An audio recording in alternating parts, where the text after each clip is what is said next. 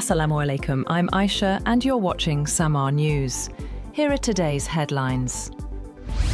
Pakistan have agreed to play their T20 World Cup match against India on February 15th, after Prime Minister Shehbaz Sharif formally approved the decision. The move follows mediation by Bangladesh and Sri Lanka, including a phone call with Sri Lankan President Anura Kumara Dissanayake, ending days of uncertainty over the high-profile clash. ICC officials had also met PCB Chairman Mohsin Naqvi earlier in the day, urging Pakistan to reverse their decision to boycott the India match. Iran's President Masoud Pezeshkian has called renewed nuclear talks with the United States a very good opportunity for a fair deal. Speaking in Tehran, he said Iran wants guarantees on uranium enrichment and sanctions relief under the Non-Proliferation Treaty. Talks resumed in Oman after 8 months, with Tehran stressing dialogue but warning it would not accept excessive demands. As Iran and the US pursue indirect nuclear talks through Omani mediation, Supreme Leader Ayatollah Ali Khamenei said national strength comes from public resolve, not missiles or aircraft. In a recorded message, he urged Iranians to show unity and disappoint the enemy. Bangladesh goes to the polls in its most competitive election since 2009. Following the ouster of former PM Sheikh Hasina.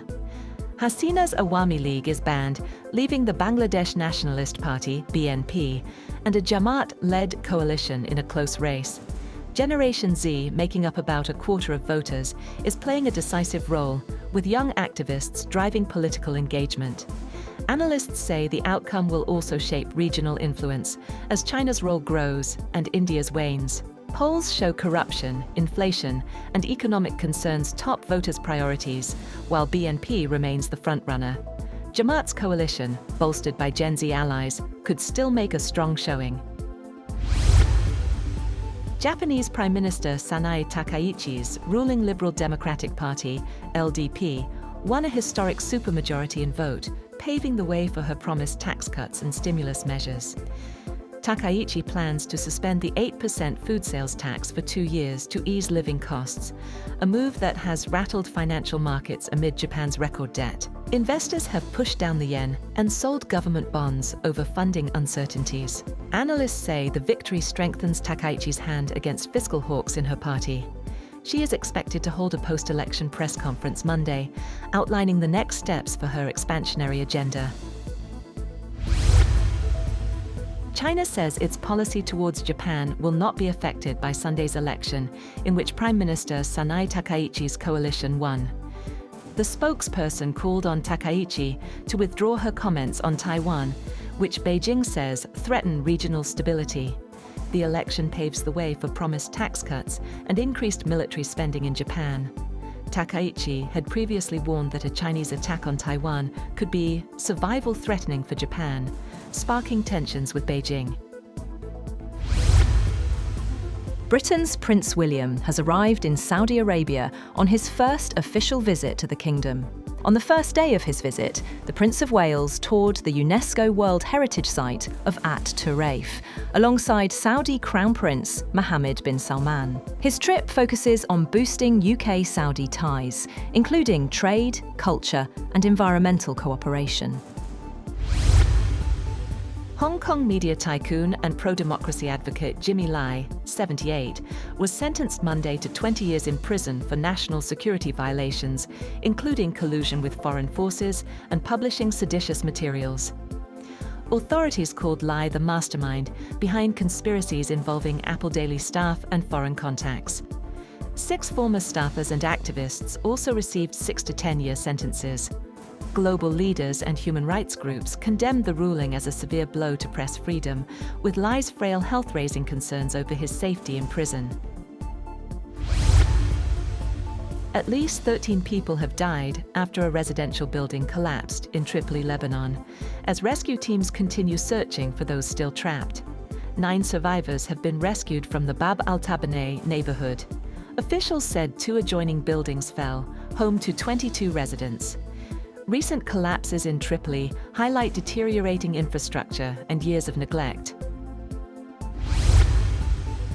53 migrants, including 2 babies, are dead or missing after a rubber boat capsized off Libya's coast, the IOM said. The boat left Zawiya and overturned near Zuwara, with only 2 Nigerian women rescued. The UN agency says more than 480 migrants have died or gone missing on the route so far this year, underscoring the deadly risks of the Libya to Europe crossing.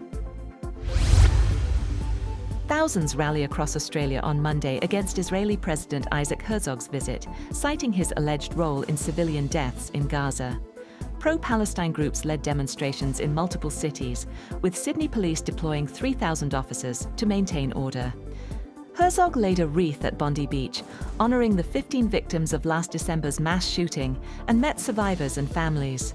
Some Jewish Australians also opposed the visit, urging the government to rescind Herzog's invitation. China's top court has overturned the death sentence of Canadian national Robert Schellenberg, convicted on drug smuggling charges, his lawyer said on Monday. The case will now be retried by a provincial court. The ruling comes weeks after Canadian Prime Minister Mark Carney's visit to China, which signalled improving bilateral ties following years of diplomatic strain. Beijing said the decision was made independently under Chinese law, while Canada said it would continue providing consular support. And Chinese defense firms are showcasing advanced weapons at the World Defense Show in Riyadh. Exhibits include drones, air defense missiles, laser weapons, and fighter aircraft. Companies like Norinco and CSSC highlighted unmanned systems and next-generation platforms, underlining China's expanding defense capabilities and export ambitions. That's all for now. For more updates, visit www.samaa.tv. Thank you for watching Samaa News.